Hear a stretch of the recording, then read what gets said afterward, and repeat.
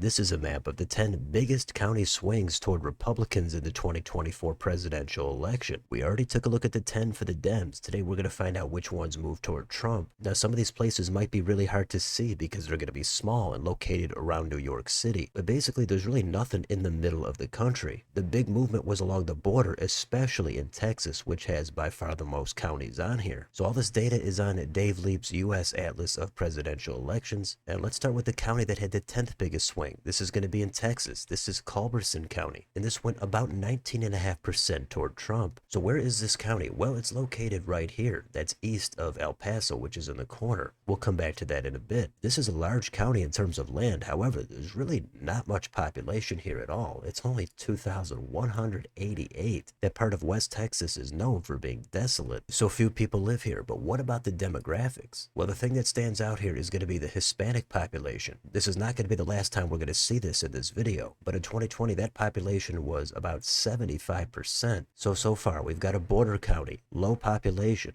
a lot of Hispanic voters, and the median income here is not very high at all. That means it's working class. And what did that translate into? Well, if we go down here to the political table, we've got Trump winning it with 57.75%. The last Republican to win this county was Bush in 2004. Harris got just under 41%, and that looks like it's the lowest for a Democrat, going all the way back to 1972, where it was at about 29.6. So with almost a 20% swing here in just 4 years, it might not seem like much because hardly anybody lives here, but this is going to set the table for what we're going to see in the next counties. Next, let's go to number 9. We're going to stay in the same state. We've got Hidalgo County, Texas. This one is also way down here at the border. It's next to Brownsville. This county does have McAllen, and it's not at all sparsely populated. It has 870,000 people in it, so that is significant. And it also swung just about 20 points toward Trump. Let's go down and take a look at the demographics. And you're not going to be surprised here, but the Hispanic vote here in South Texas, along the Rio Grande Valley, is almost 92%. Up until recently, we would think that county would be extremely blue, and it was. If we go down here to the election results, it was blue going back to 1972. That was the last time a Republican won it. Richard Nixon pulled in 55%. Even last time, Biden won it with 58%. But after that huge swing, Trump is at 51 here, Harris at 48. So it's a narrow win, but with a ton of population in here, that is significant movement. So it's not just low population, Hispanic heavy counties moving toward Trump. This pretty much confirms it's all of them along the border. We can back that up even further by going to number 8. We've got El Paso County. This is also known for being a pretty blue county, and it also has a lot of people. We're looking at 865,000, and that is the county right here in the western part of the state. It's not huge, but there's a lot going on here. So let's go down to the demographics. So again, it's very heavily Hispanic, not as much as Hidalgo, but it's at 82%. Median household income here is 31,000, so it's far away from the very educated and wealthy counties we see in other places like in the Northeast. But what about the election results? Well, Harris still won it here pretty comfortably. She got 56%.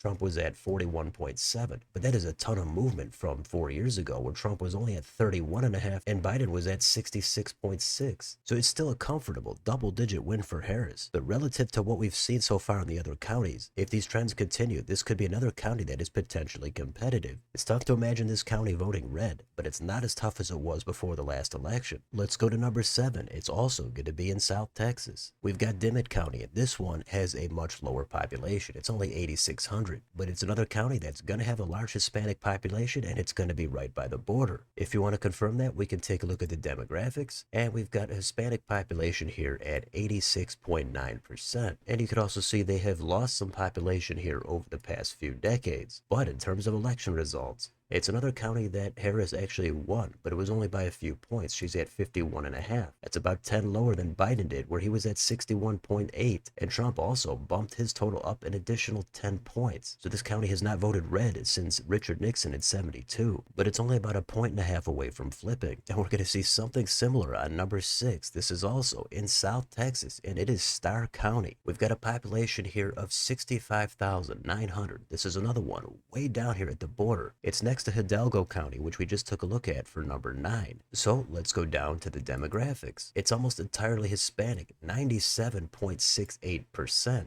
And yet again, we would think of that as being an extreme stronghold for Democrats. Not anymore. The population here has gone up over the past few decades. Now let's go down here and take a look at the election results. This one is startling. Trump won this county, and he won it by about 16 points. And you might actually notice he's the only Republican to win this county, going all the way back to 1912. Even going back to 2012, Obama won it with 86%. In 16, Trump only got 19% of the vote. That seems like an impossible amount of movement in just 8 years. It really looks like Trump has completely redrawn the map. Ever since he got into politics, the establishment said he's going to be weak with Hispanic voters, but it's been the opposite. Mitt Romney could have only dreamed of getting this type of support back in 2012. So we've clearly established a theme here. It's border counties, it's Hispanic voters, it's working class. It's hard to really overstate how much movement has taken place here. But let's go to number 5, and for that we've got to go to a different state. This is going to be Queens, New York. Now this is a different state, it's a different culture, but it does have a very significant population here. We're looking at 2.4 million. So a massive urban population center here, and of course it's known for being dark blue. But let's take a look at the demographics. Well, this has a very even racial distribution. It's about a quarter white, non-Hispanic, a little under a fifth black, a quarter Hispanic, and a quarter Asian. So you're going to get a solid mix of everybody in this borough. But what about the election results? Well, it's still massively blue. Harris won it with 61%. Trump was at about 37. But the thing to take note of is that's a 21-point shift from 4 years earlier. Biden won it with 72%. Trump was down to 27 then. And this is also where a lot of the conventional wisdom thought Trump would be weak. Turns out he went into blue territory and made massive gains. A lot of that is again going to be driven by Hispanic voters. Next, we've got number 4, and it's going to be right nearby. We've got the Bronx, another population-heavy center at over 1.4 million. Now let's jump down here and take a look at the demographics. This one is much more significantly Hispanic than Queens. They're at about 56% here. White population 14, black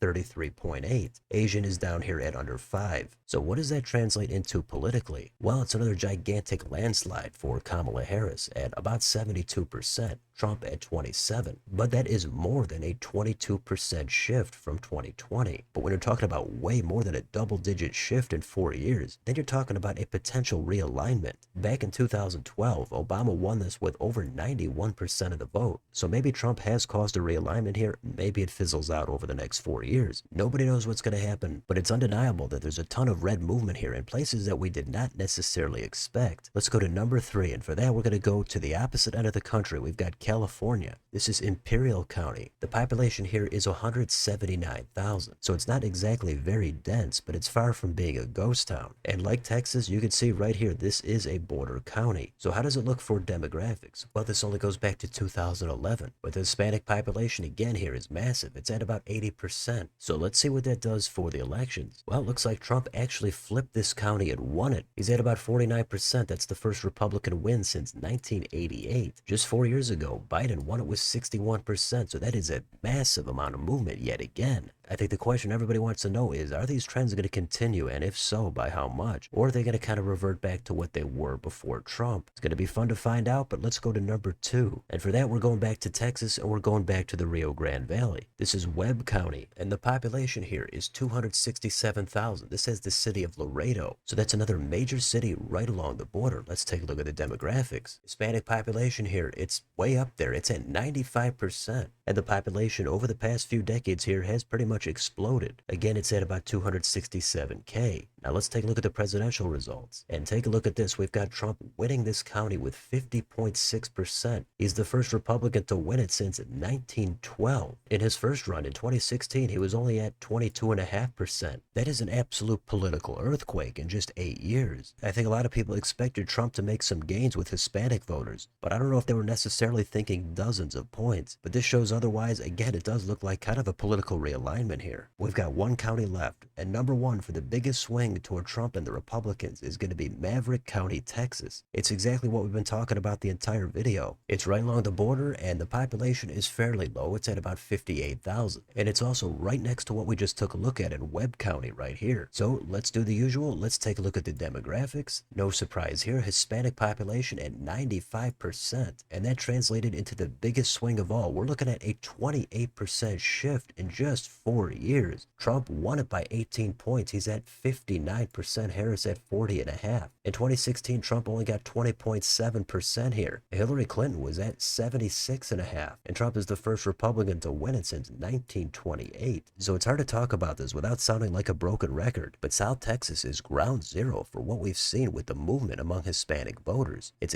the border, it's working class. I'm sure immigration is a massive topic here. Trump's personality could also definitely be a factor, and we can't forget Kamala Harris. It looks like she just did not resonate with these demographics. So if we go back to the full map, we've got a couple here in New York that are hard to see, one out here in California, but the bulk of these are going to be in South Texas. Some of these counties are rural, some of them have a ton of people, but this continues the movement we saw from back in 2020, where it looked like Trump made massive, unexpected gains in South Texas. He really defied what a lot of people said he could do, and we don't know if it's going to continue, but even if it doesn't, it's hard to not be in awe of the movement we've seen so far. So I think that pretty much wraps it up, so let me know in the comments. What do you think about any of these gigantic swings toward the Republicans? Are you surprised by that kind of double-digit movement, and are we going to see it continue, or is it going to go back toward the left once Trump is out of the picture? And what do you think is the primary motivator for the movement in these counties? Let me know down below. On your way out, don't forget to like, share, and subscribe, and join if you'd like to support the channel. Thanks for watching, and I'll see you next time.